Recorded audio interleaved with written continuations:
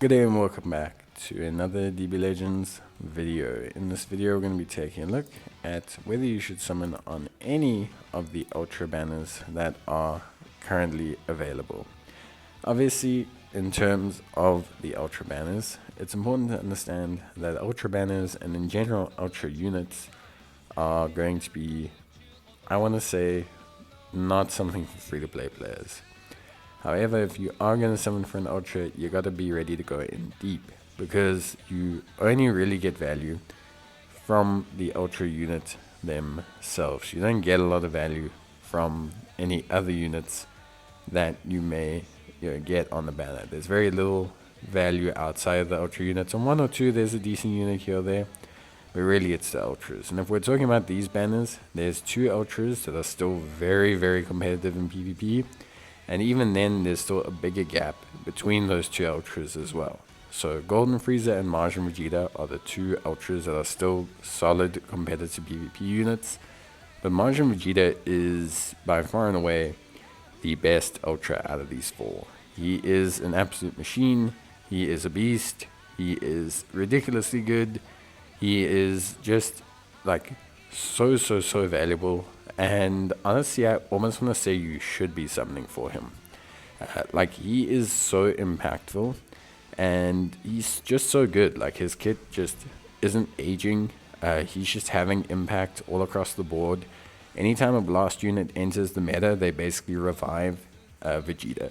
Like, anytime a unit uses Ki Blasts, they revive Vegeta, basically.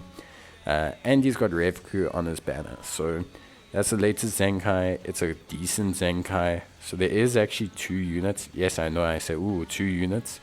But Vegeta is so impactful. And he honestly feels like a unit that you should be summoning for, basically, to cut a long story short.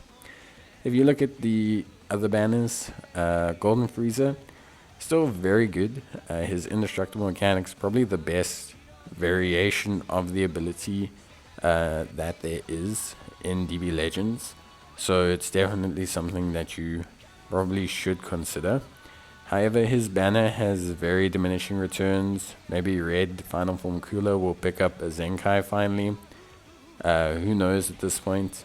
But yeah, basically there's very diminishing returns on his banner outside of him, and he just doesn't stack up to Vegeta. Not just through type advantage, but just availability of teams, performance. Vegeta's just that guy. Like, it's so difficult to explain.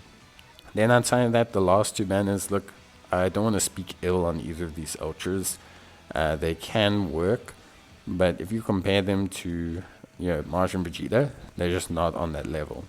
There's some decent Zenkai units on these banners, but yeah, realistically, if you are going to pull on an Ultra banner, pull on Vegeta's. Like, it's just basically the summation of this video. If you're going to summon on any of these Ultras and you're willing to invest that Chrono Crystal, you're willing to take that gamble, you're going to want to summon on Vegeta, because he is still so impactful in the meta, and until we get like a huge red, he's just going to stay that way.